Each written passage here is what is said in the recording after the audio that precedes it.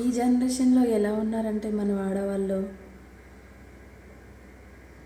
భర్త ఎక్కడో కష్టపడుతున్నా కూడా, భర్త ఎక్కడో ఉన్నా కూడా తప్పుడు నిర్ణయాలు తీసుకొని భర్తను చాలా హింసించడము, భర్త ఎక్కడో ఉంటే మమ్మల్ని హరాస్మెంట్ చేశాడు అని తప్పుడు కేసులు పెట్టడము.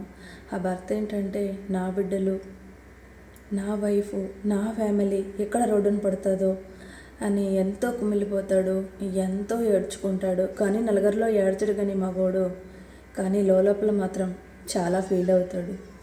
సో కట్టుకున్న వైపు బాగుంటే ఆ భర్త ఫీల్ అవ్వాల్సిన అవసరం ఉండదు. ఎప్పుడైనా ఒక భర్త మనకి గల్ఫ్ కంట్రీలో కష్టపడుతున్నాడంటే మన కోసం, మన పిల్లల కోసం ఫీజులు కట్టాలి, స్కూల్కి వెళ్ళేటప్పుడు పిల్లలు చూసుకోవాలి.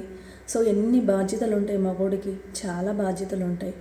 సో ఎవరైనా మీ లైఫ్లో ఇట్లాంటి భర్త ఉంటే అసలు మెచ్చేసుకోకండి, బాధ పెట్టకండి.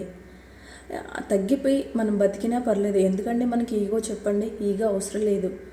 మన భర్త బాగుంటేనే కదా మన పిల్లలకి మనకి బాగా చూసుకుంటాడు.